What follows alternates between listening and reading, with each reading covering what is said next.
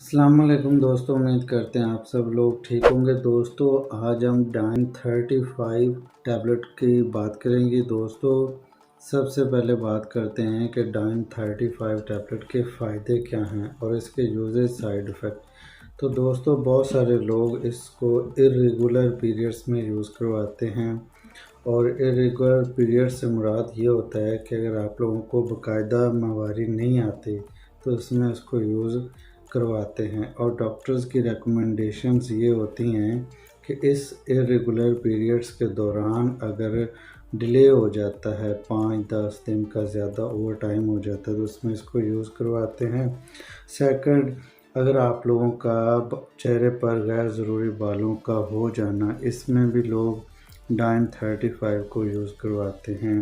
ये इसके main points हैं। और इसके अलावा जिन ख़वातीन के चेहरे पर एक्ने का इशू होता है उसमें भी डॉक्टर्स इसको रेकमेंड करते हैं। और इसके अलावा दोस्तों जो लोग अपनी जो चेहरे की जो एक्ने है उसमें जो डर्ट आ जाता है उसमें इसको यूज़ करवाया जाता है। और इसके अलावा चेहरे की खूबसूरती में इसको यूज़ करवाया जाता है। तो दोस्तों ये थे इसके मेन पॉइंट्स। और इसके अलावा दोस्तों ओवर ब्लीडिंग की वजह से ये इसको Dine35 को यूज़ करवाया जाता है।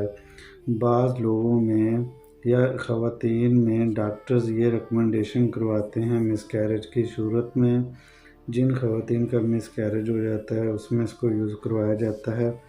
और ये टैबलेट्स तकरीबन 21 दिन तो लाजमी यूज़ करवाया जाता है।